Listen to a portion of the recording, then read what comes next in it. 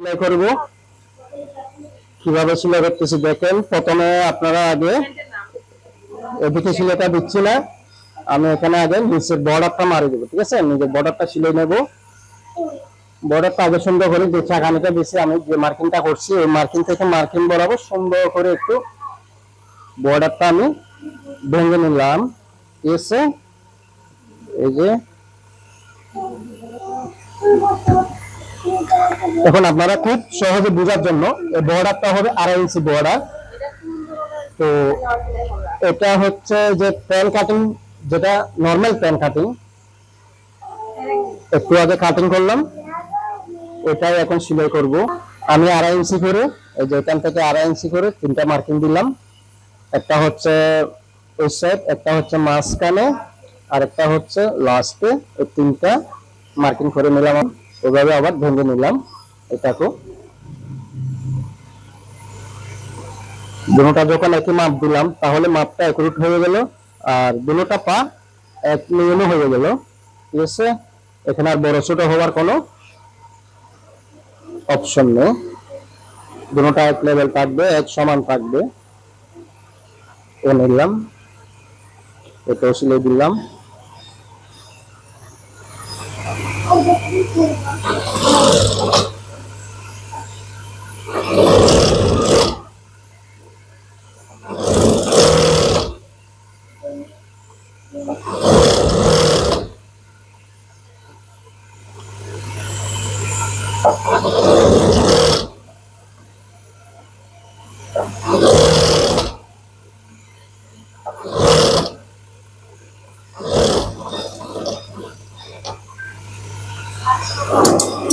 শেষ, নিচের বর্ডার মারি দিলাম, নিচের অংশ শেষ। এখন আমি হাইটা জয়েন দেব। এটার নাম হচ্ছে হাই, এটাকে হাই বলে। এটা মেয়েদের প্যান্টের মধ্যে হাই বলে, ছেলেদের প্যান্টের মধ্যে হাই বলে এটাকে।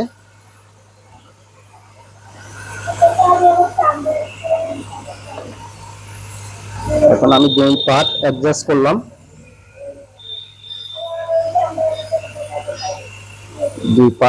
করলাম, অ্যাডজাস্ট করে সেলাই মারি দিলাম।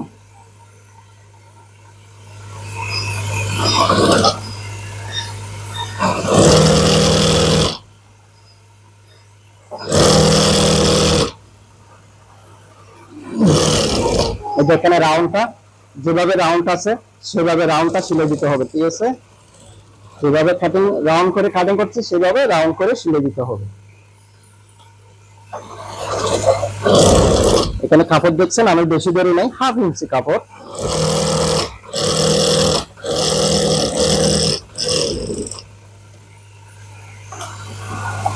মাত্র 1/2 ইঞ্চি কাপড় ধরলাম, এক সাইড শেষ আর এক সাইড বাকি, ওই এক সাইড আমি সেলাই নিলাম।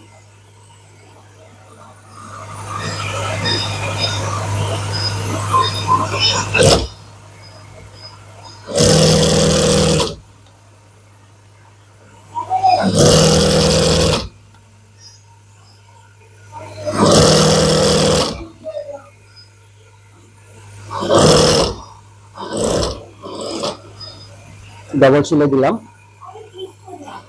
জায়গার মধ্যে ডবল সেলাই দিতে হবে, সেলাই দুটা দিতে হবে। দুটা বলতে একটার উপর আরেকটা, ঠিক আছে, বাইরে না, একটার উপর আরেকটা দিতে হবে।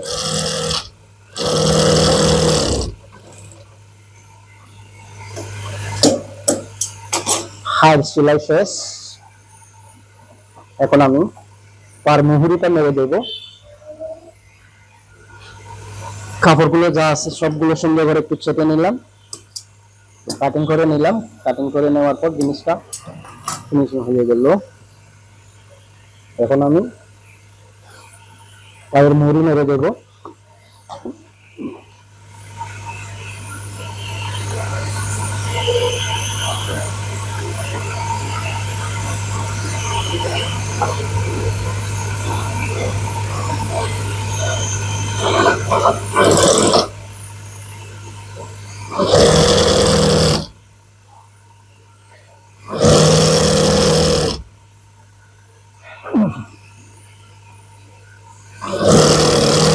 নিচ থেকে চলে আস্তে আস্তে উপরে একটু করে কাপড় একটু করে ছোট হয়ে আসবে, উপরে একটু কাপড় ক্ষমা দেখতে হবে। এখানে হাড় গোড়া গেছে, কাপড় আর একটু ক্ষমা দেখতে হবে, তাহলে জিনিসটা ক্লিয়ার থাকবে, এটা কুচ খাবে না, এখানে টানও খাবে না, কাপড় একটু কম ধরলে।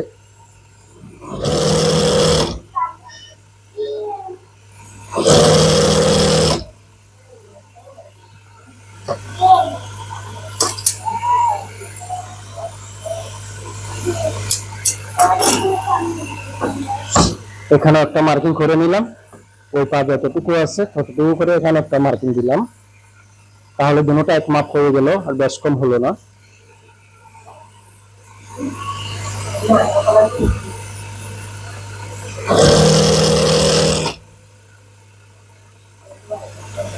এখানে দেখতেছেন একটু লম্বা বাটি দেখা যাচ্ছে, তাহলে আপনাকে এটা একটু টেনে সমান করে দিতে হবে।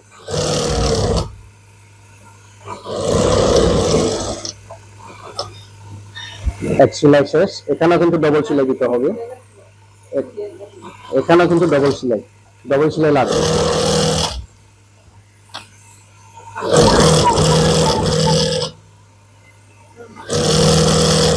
এখন আমি আমার সবগুলো শেষ, পার মুড়ি মারা শেষ, বর্ডার মারা শেষ, খাই মারা শেষ, এখন আমি রাবার লাগাবো। 24 ইঞ্চি করে রাবার দিলে আমি 24 ইঞ্চি করে রাবারটা নিলাম, এর থেকে বেশি নেব না।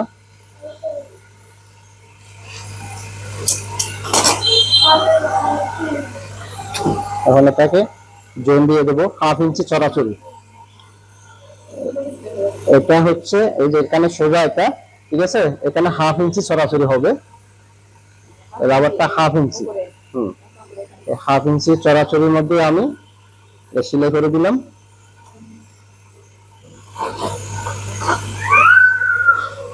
দুই একটা সেলাই দিতে হবে, একটা সেলাই দিলে হবে না, দুই একটা সেলাই দিলে জিনিসটা শক্ত হবে, মজবুত হবে। আমি 3-4টা সুতো সেলাই দিলাম, শেষ। রাবার কিন্তু একুরেট, ঠিক আছে, রাবার কোনো প্যাঁচ খাই নাই, রাবার কিন্তু প্যাঁচ পেতে হবে না, যদি প্যাঁচ পেয়ে যায় তাহলে আবার আপনাকে খুলতে হবে, প্যাঁচ পেয়ে গেলে তাহলে এটা সেলাইতে কিন্তু সুবিধা হবে না।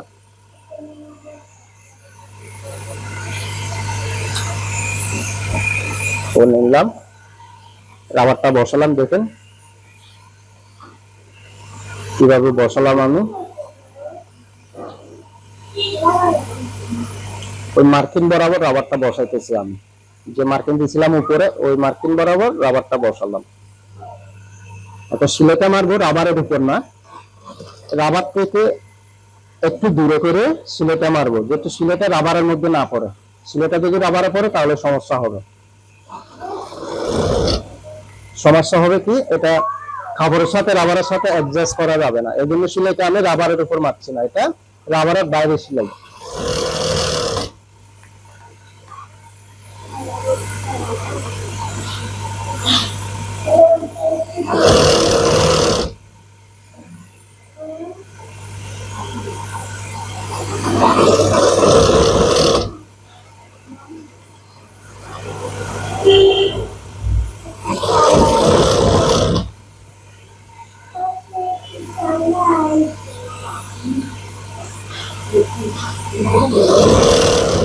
যারা রাবার লাগাবেন তারা উপরের এই অংশটা টানবেন না, ঠিক আছে, এই উপরের অংশটা যদি টানেন তাহলে এটা যদি বাড়তে হয়ে যায় তাহলে সিলেতে কিন্তু আপনার সমস্যা হবে। আপনি হালকা করে, আপনারা যারা বানাবেন ঘরে বসে বসে হালকা করে নিচেটা একটু টানা রাখবেন, হালকা টানা রাখলে জিনিস এটা সুন্দর করে বসে যাবে, কোনো ডিস্টার্ব দেবে না, আবার কোনো ডিস্টার্ব দিচ্ছে না।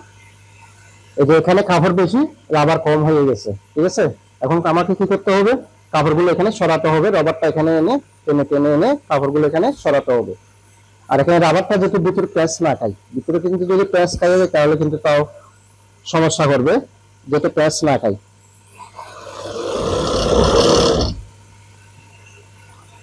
এটা যদি ভিতরে যদি প্যাঁচটা হয়ে যায় অর্থাৎ বাঁকা হয়ে যায় তাহলে সেলাইটা সুন্দর হবে না, রাবারটা একুরেট হবে না, জিনিসটা সুন্দর হবে না।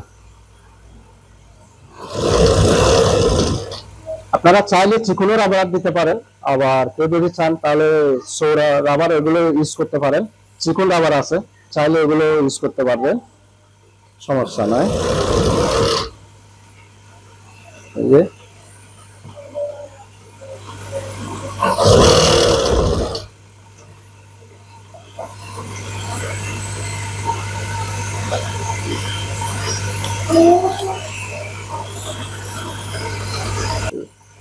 লাগানো শেষ।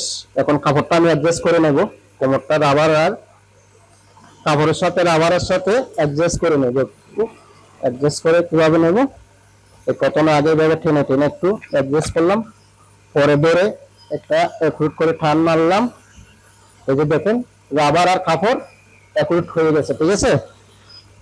এখন মাঝখানে একটা সেলাই দেবো, মিডিলে মাঝখানে সেলাই দিলে জিনিসটা সুন্দর থাকবে, মজবুতও থাকবে।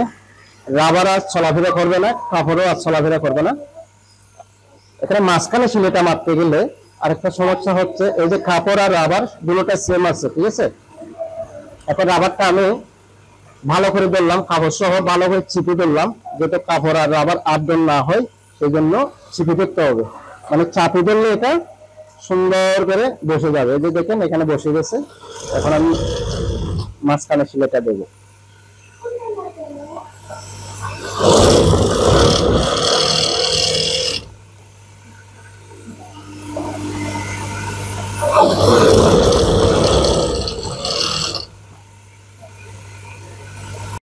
ধরা ঠিক আছে, এই কারণে এখানে কাপড় জমে যায় না, ঠিক আছে। দেখেন এখানে কাপড় জমে গেছে না।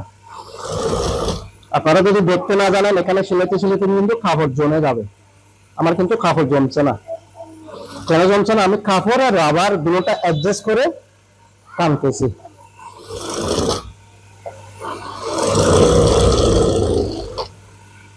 শেষ আমার pant cutting, normal pant cutting, মেয়েদের পায়জামা শেষ, সেলাই করে ফেললাম। তো প্রিয় বন্ধুরা, আপনারা দেখলেন খুব সহজে কাটিং করলাম, খুব সহজে সেলাই করে ফেললাম। আপনারা ঘরে বসে বসে দেখে দেখে আপনারা নিজেদের জন্য বানাতে পারবেন। কষ্ট করে টেলারের দোকানে যেতে হবে না, টেলারের দোকানে না গিয়ে আপনারা বসে বসে ঘরের মধ্যে করে না, আমাদের লস হবে না। হ্যাঁ হ্যাঁ, ওই তাদের জন্য যোগাযোগ করবে, কমেন্টে জানাবেন, ঠিক আছে। এই যে বানাই ফেললাম আমি প্যান্ট কাটিং পায়জামা, এটা হচ্ছে নর্মাল প্যান্ট কাটিং।